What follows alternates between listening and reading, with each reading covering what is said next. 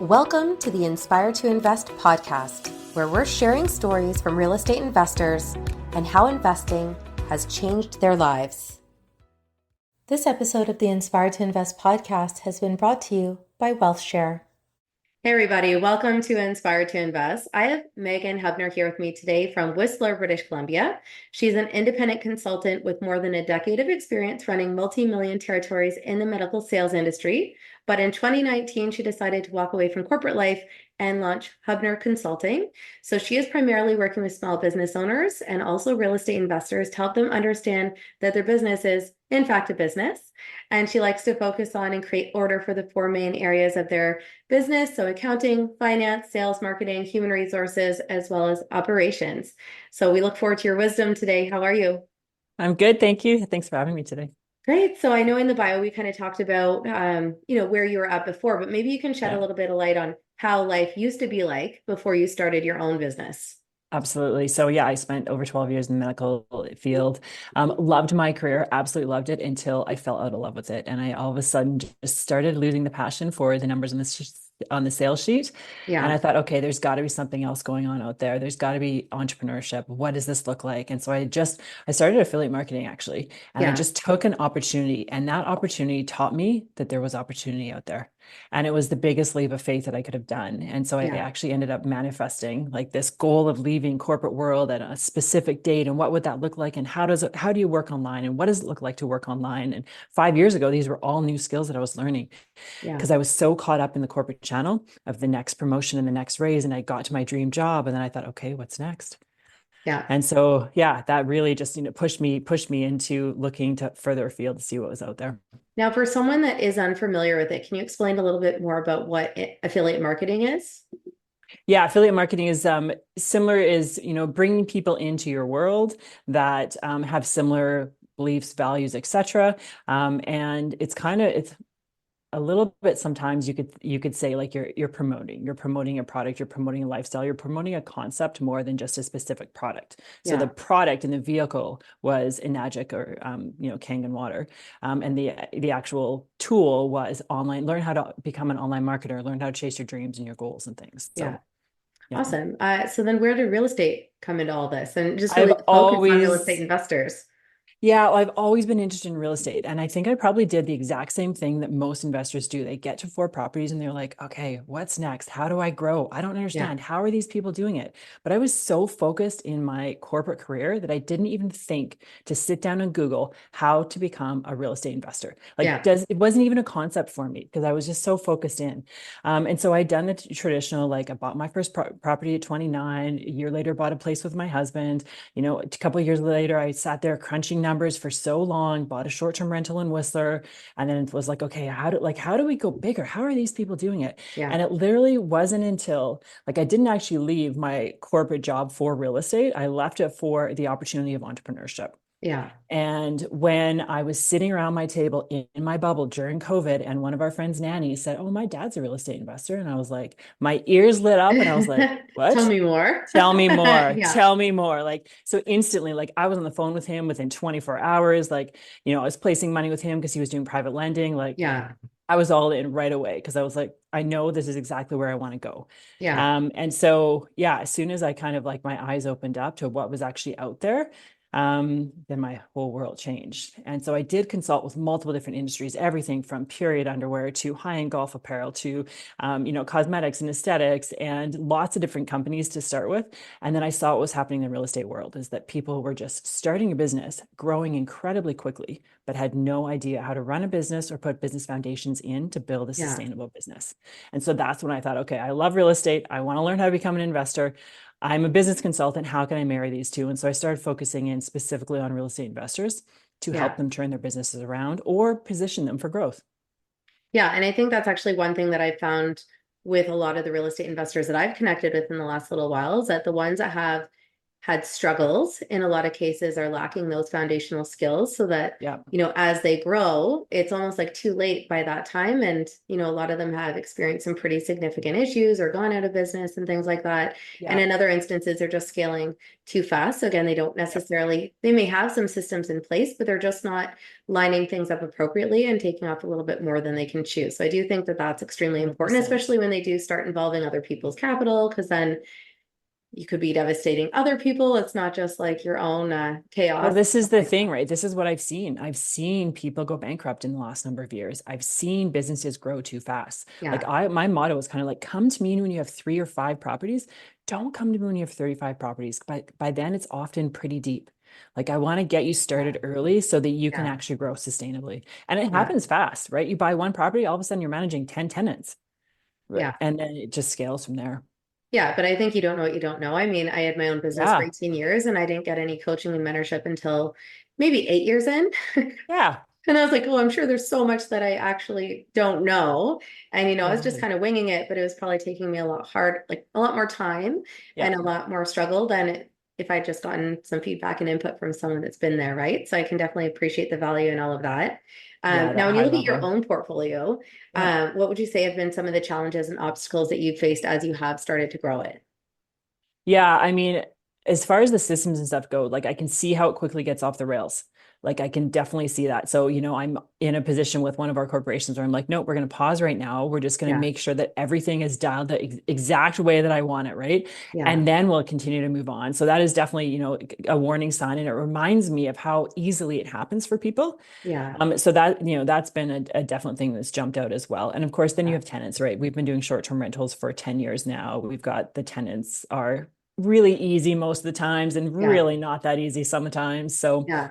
those are all the wild cards But as at least well. they're short term. So at least if they're not easy, like they continue to move along because Yeah, at you least replace you the have it door and like, they move on and yeah. Yeah. So I mean, there's pros and cons to both. Like you have that absolutely. ongoing cycle of like constantly getting a place filled and stuff like that, and just Yeah. the ongoing, structure that kind of goes along with that. But at least again, you aren't stuck in like LTV things and can't get someone out. So Yes, of course, because I yeah. mean, I have been a long-term tenant or a landlord in BC as well. And yeah, I mean, I've had golden tenants, but it's difficult when it gets difficult. Yeah. I now in terms of lessons, and it doesn't necessarily need to be from your own experience, but even just in Yeah. dealing with different clients and stuff like that, what would you Yeah. say maybe is a common thread through all of them that you think like these are lessons that people could Yeah. learn a lot sooner or maybe could benefit from? Yeah, I mean, the number when we go through those four main business buckets, the number one place we always start is accounting finance practices. And I cannot stress enough, if you guys don't know, like the three things that I kind of focus at, like what is each of your properties costing you? Where are the ones that are red flags? Yeah. What is your overall net worth versus your debt to equity position? Like how much do you actually owe? Do you have equity to actually pay Yeah. those things off? And the third one is what are your fixed and your variable costs? And those are just to run your business. Those are not property Yeah. management or water problems and things like that. That is literally all of your subscriptions that you have every single month. If you have a VA that is managing multiple properties, like all Yeah. of the fixed costs of running your actual business. Those are Yeah. the three areas that people really run into problems. And those, I think, is a place that most people can actually start and say, you know what, even if they're pretty good at financial practices, let's go back and make sure the flow of money is consistent, it's recorded, there's a standard operating procedure tied to it, so that you really have consistency across your whole portfolio. Yeah. And I mean, again, I can understand that. I think that I mean, I had different bookkeepers over the years of my business, and I think Yeah. one thing that none of them seem to be able to solve, and maybe you have that answer, but a lot of the times when you're working in an accounting software, you're recognizing things after it's passed, right? And even Yeah. for us, like you're adding your invoices in, so you could know even what money is coming in, but it's still not necessarily capturing what will eventually go out. So we Yeah. almost developed something that was like outside of the software for a couple Mm. of different reasons because we had to communicate to our bookkeeper how to add things, but essentially, like if we knew that we booked an event that was worth 10,000, we had $5,000 in expenses owing a month from now, we would kind of just like add that in. So we called it like our checks payable file. So you could literally look Yeah. at what's in the bank account, what are receivables, what's coming out, and I could be like, I know I have 6 months of operating costs. And it's not Yeah. a perfect system because it doesn't consider like exactly when money is coming in and out, but as a Yeah. whole, within the next few months, this is what things look like. And I think maybe that's something that it can feel like you have a lot of money coming in, but then if you're not capturing those expenses appropriately, you can find yourself in a situation where you're cash flow negative or you're insolvent or something like that, right? So Yeah. And a lot of times, like it goes just back to a simple Excel spreadsheet where you can actually create that tracker. It can be very easy for you. I find a lot of midterm rental and short-term rentals fall into that category where they've got a booming summer season and they've got 4 months of max revenue. It looks so good, but then they haven't factored out a forecast in the next 8 months of slow yeah, time. yeah, And sometimes in some markets, there's decent shoulder seasons and then there's decent winter season stuff. But some markets, it's absolutely dead. Like here in Whistler, it is very unlikely that I will get a booking in March yeah, sometimes, and October. October is always dead, yeah, and November's really, really low too.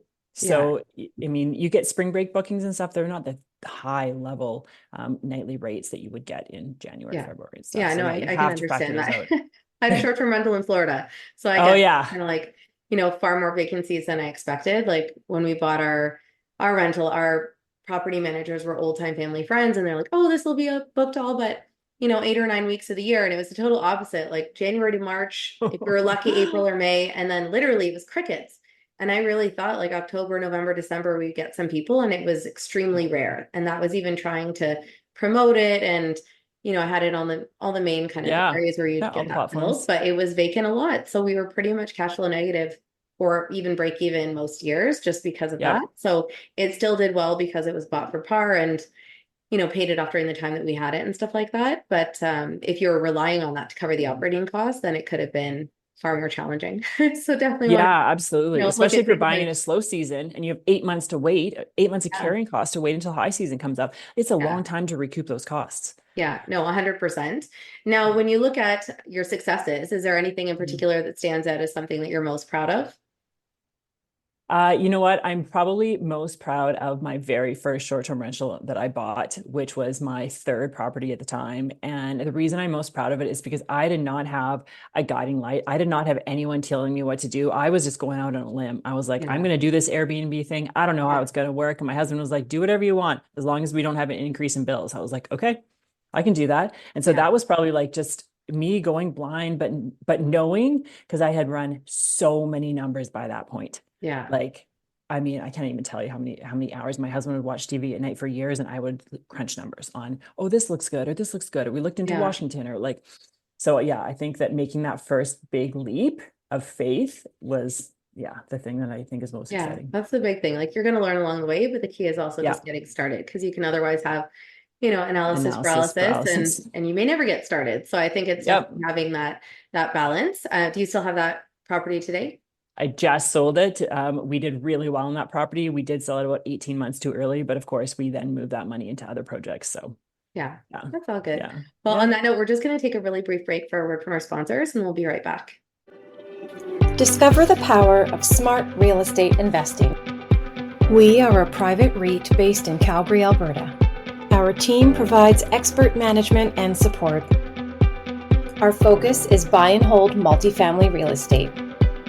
Invest in tangible assets with cash or registered funds. We make investing accessible with our low minimums. We target a 12% annual return. WealthShare offers secure passive investing for long-term goals. Be a part of a growing community. Invest with WealthShare and start building your future today. Thanks again for following along with this episode of Inspired to Invest. In addition to real estate, investing, and running my own brand experience agency for 18 years, I also published a book called The Accidental Entrepreneur in October of 2021. This is my story, and it chronicles how I turned tragedy into triumph to embrace my destiny in entrepreneurship. If you're interested in picking up a copy, you can find the link at serenahomesrealtor.com, and you can also find my link tree with all of the retailers in the details below. Thanks again for your support.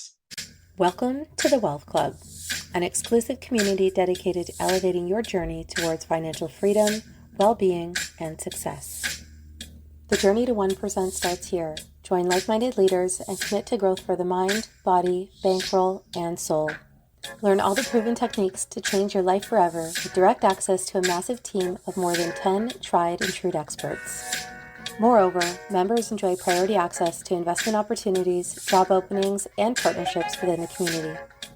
For just $1 a day, members gain entry to specialized forums covering a wide spectrum of fields, discover diverse income streams, new opportunities, collaborations, and employment.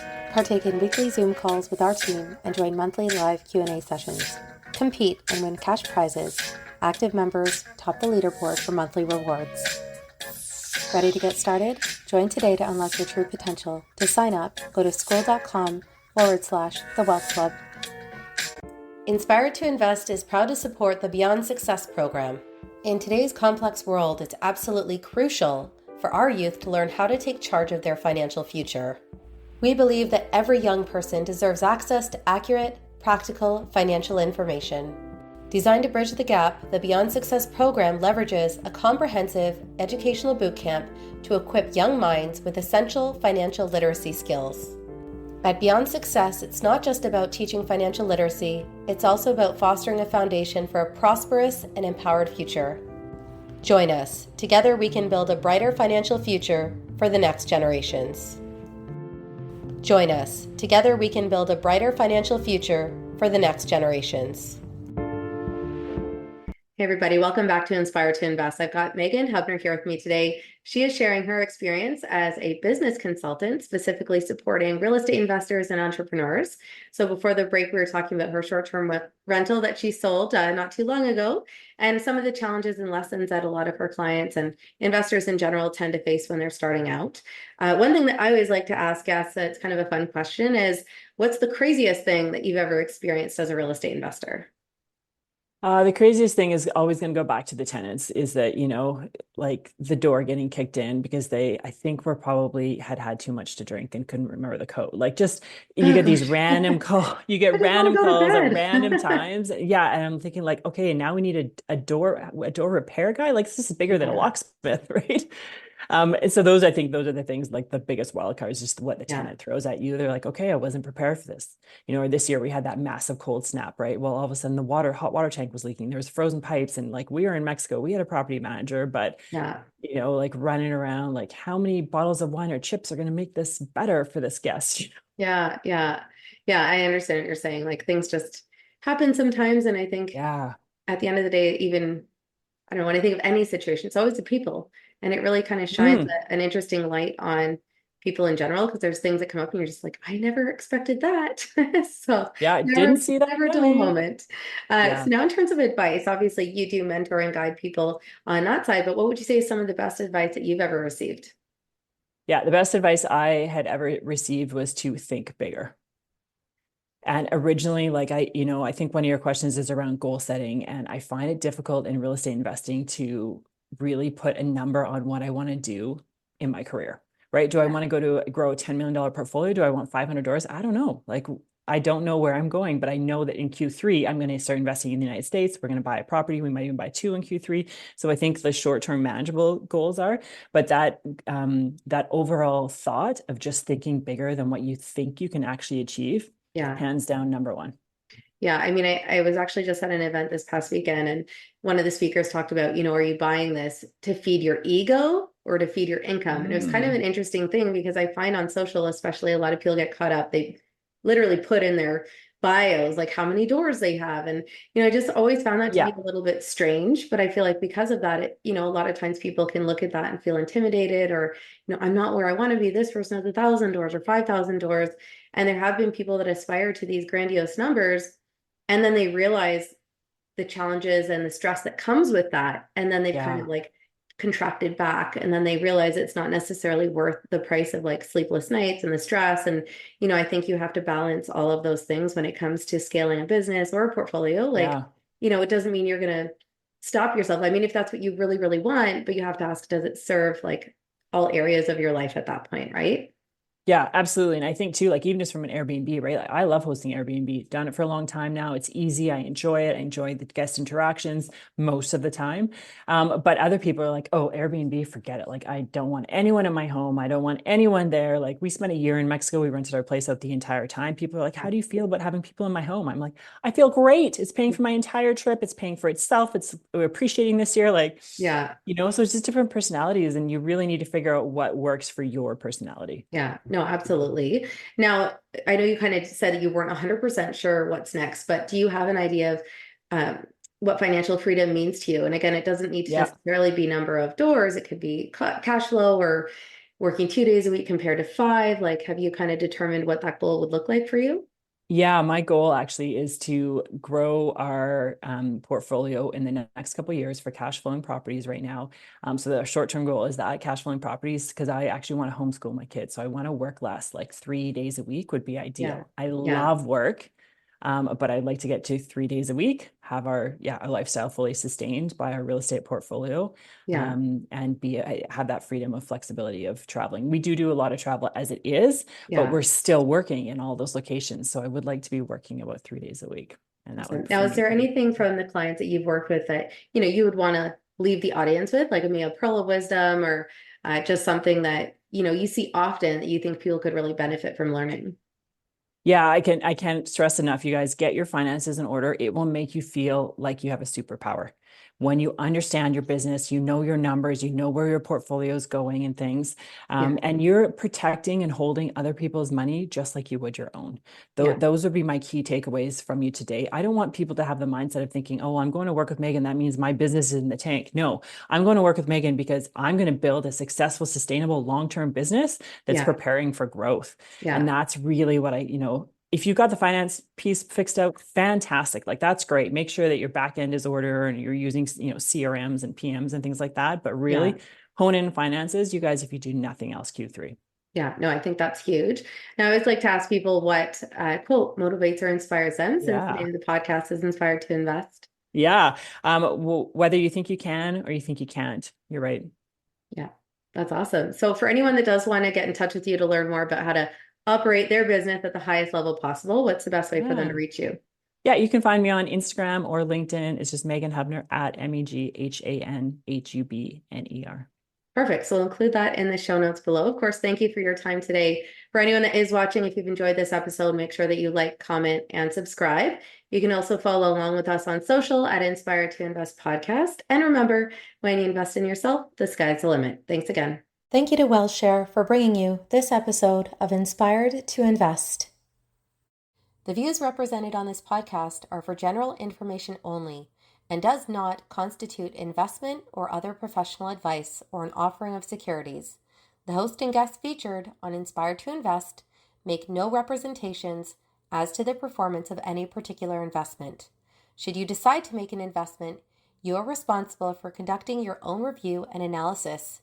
It is recommended that you obtain independent legal, accounting, and tax advice from licensed professionals.